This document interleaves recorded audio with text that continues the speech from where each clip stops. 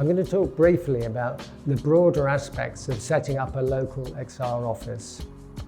The first thing, most importantly, is to be clear about your purpose. What do you want it to achieve?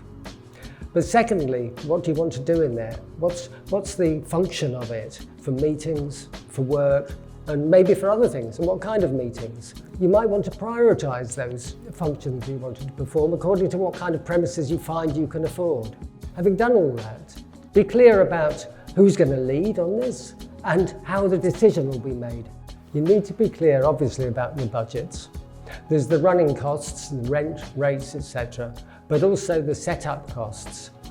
And the kind of things you need to think about there in setting up is furniture, and make sure that you get some comfortable chairs as well as desks for people to work at, no cupboards and all the peripheries, as well as IT equipment and office consumables. And it can come to a fair bit of money, but it's important to know you've got that before you look for an office in the first place. So once you set out to actually look at offices, you need to look at three things. One is obviously the building itself, but also where's it situated? What sort of building is it in? What sort of an area is it in? But most importantly, what's the contract like? And what does the contract include? And what doesn't it include? Because the costs that you ultimately have to pay every month will depend on that.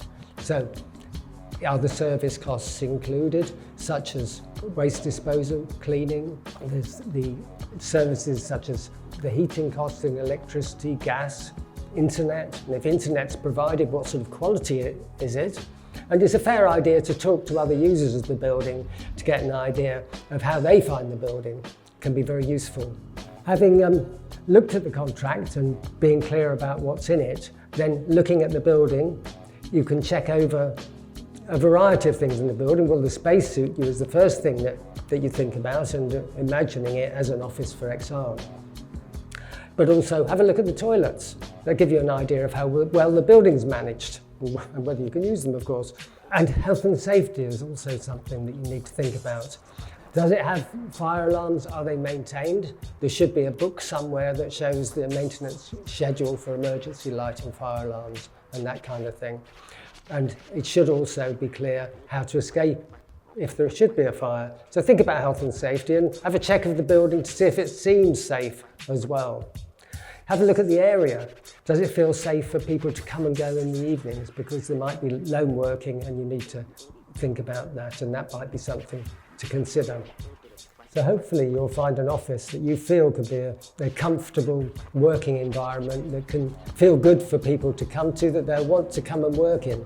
And if that's the case and it ticks all the other boxes and it meets all your budgets, then you might go ahead and decide to sign the contract. And having done so, you can start to furnish the office as soon as you get occupancy. And by now, you'll have a small team of people who might become the office coordination team, because it's very important to have some kind of a team to oversee how the office works and to get it working well at the start.